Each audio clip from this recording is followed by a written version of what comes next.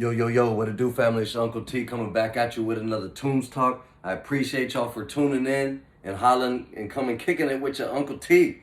Let the Unc holla at you. First of all, go ahead and check out this Allen Iverson. This that old school. Y'all don't know about that. The homegirl Cherish hooked it up, so I appreciate you. I appreciate you. Anyway, it's the vibe check. Today is January 29th. We're moving into February, so we're going to see what the vibe's going to be like for February. I hope y'all's January has been well.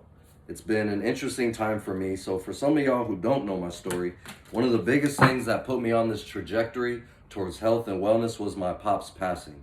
My pops took his life, it's been something like fucking 15 years, close to 15 years. So it's been a long time, and with time heals all wounds.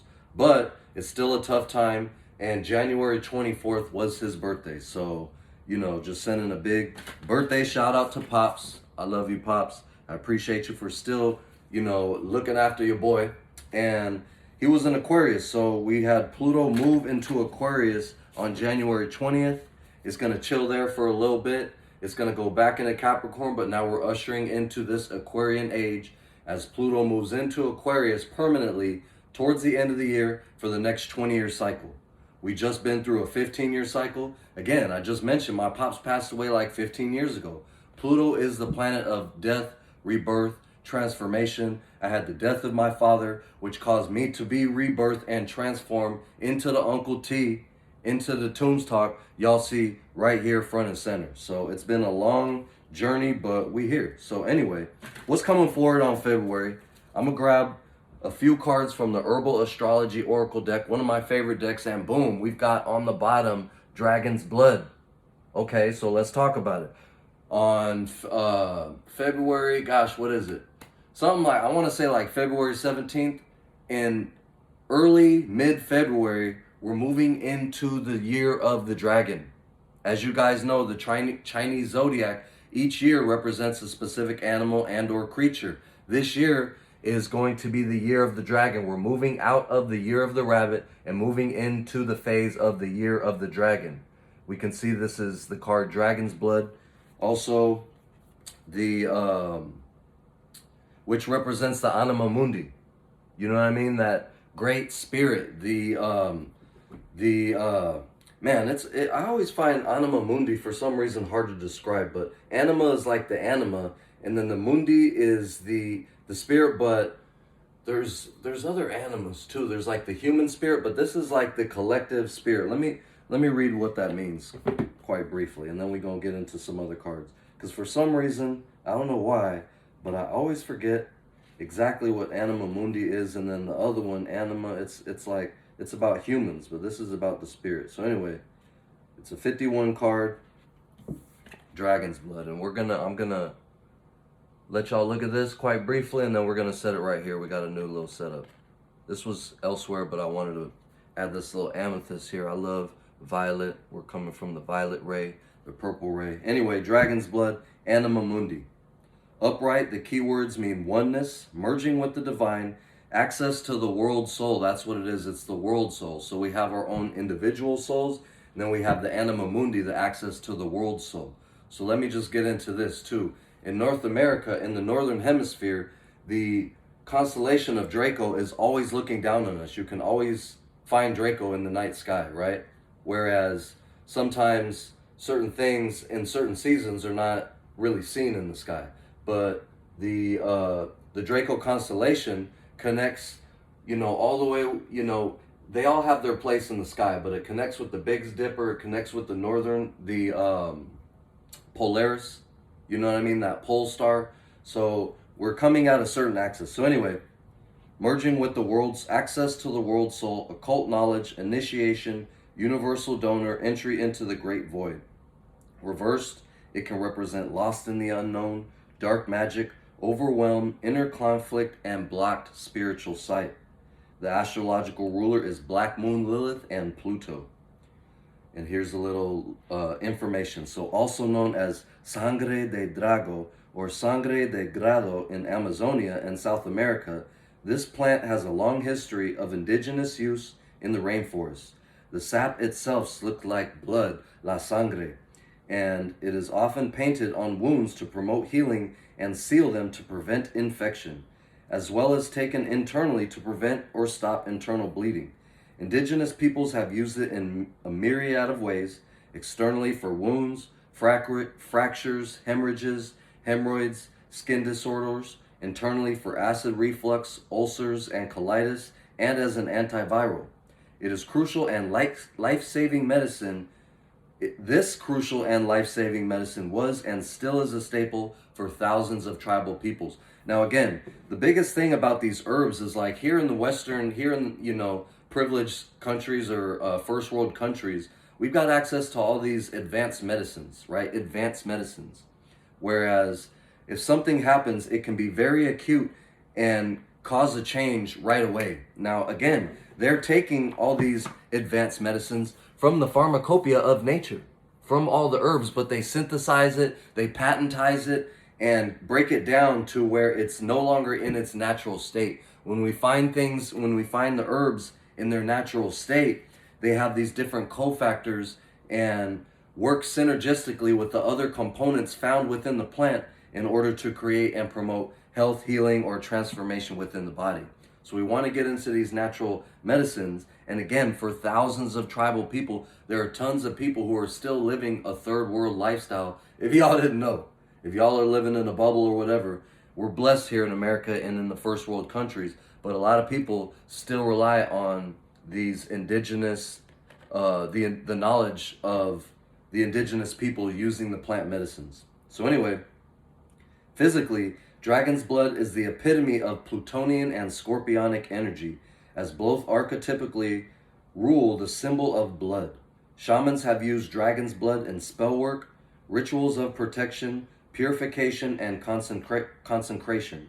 In Christian art, the dragon was symbolic of evil and sin, yet many other traditions hold that serpent deities, like dragons, are benevolent, sharp-eyed dwellers that hold the mystery of the great void. So, some people get weirded out by dragons and think you got to slay. No, we're slaying the internal dragon within, right? But if y'all know Uncle T, we roll heavy with the dragons, and that dragon energy is in fact here to help, heal, protect. It's a very, avid protector of its own. You know what I mean? So if you ride with the dragons, y'all know what I'm talking about, and you're fiercely protected. So know that. You might be going through some things, but know that you are fiercely protected. Here's the guidance. So that was just like a little herbal knowledge. So the guidance from the book says, dragons are ancient guardians of the earth. As I told you, that constellation is always looking down on the earth. And in fact, it was here before Tiamat, before the earth was created. Okay? So dragons are ancient guardians of the earth, symbolizing hidden knowledge and auspicious powers of supernatural origin. Dragons are etheric beings that inhabit the deepest pockets of the ethers and have dominion over the four elements. Dragon's blood core oozes blood, representing the collective blood, the blood of nature, and serving as a gateway to the anima mundi, the world soul. As you enter the all-seeing portal of the great void, don't shy away from its vastness. Embrace it as you are undergoing this great initiation. Within this awakening, you will discover the unique pattern you contribute to the great tapestry of life. Look at that all-seeing eye. So we're moving into the world soul, okay? So, hey, February is about to pop off. Again, we have certain astrological things. Venus is going conjunct with Mars in February. We've got the lunar calendar is initiating a new cycle, so we're starting in the year of the dragon. So, hey, it's going to be a good February, I'm going to tell you that. Let me pull another few cards. We're just going to go straight herbal today, because as a medicine man, as an herbalist, it's important for me to transfer this herbal knowledge to y'all, even though we like working with the archetypical energies of the tarot, right? But we find that, here's why I like plant medicines and animal medicines. So we find that the plants are so rooted, quite literally rooted into themselves. We humans, we have all this possibility and all this greatness, but we can get so sidetracked, so distracted. What's our mission? Who are we, even internally? These plants know exactly who and what they are and what they came here to do. It's found in the DNA of its particular spore, of its particular seed. You plant the seed, and then that grows. All that information is contained in that bite-sized little packet, and it manifests in a beautiful plant that has the potential to heal. So even some of us humans, like, we've got all this potential to heal and help our fellow man, but we're so caught up in the dross of matrix life, or so caught up in our own mind, so caught up in our own emotions, that we don't know who and what we are and how we came here to serve. So when we interface with these plants, in this one specifically being reishi mushroom, which is one of my powerful spiritual allies, you know what I mean? Been on reishi mushroom for, I don't even know now, definitely well over a decade. And it was one of the first plant medicines that I interfaced with that took things to another level. Again, we're moving out of malevolent cycles, and reishi helps bring about benevolent cycles. So working with the plant medicines, working with the animal medicines, the coyote knows exactly that it's a coyote. Even though it is a trickster and has this shape-shifting trickster type vibe, it knows exactly who and what it is. Us humans still don't know who and exactly what we are and what we came here to do. So when we interface with some of these plant and animal medicines, because they know exactly what they are, that can help transfer unto us.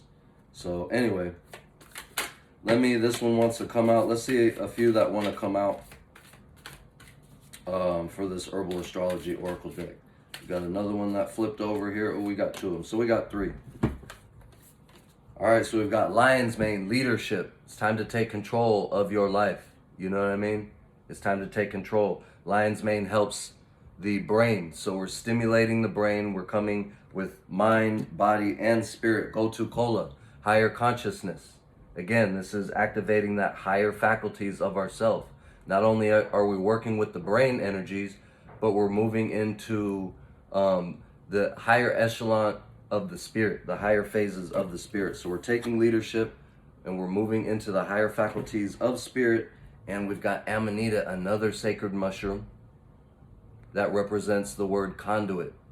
So again, as we take leadership, as we take ownership of ourself, of our spiritual guides, we're finding that we're moving into this phase of higher consciousness, therefore becoming a conduit for source, so that way we can be a service unto others. So anyway, this is a quick little message, quick little February vibe check for your Uncle T. There's big things coming, so I hope y'all are ready. If you ain't ready, y'all better get ready. Anyway, it's your Uncle T. I'ma holla at you.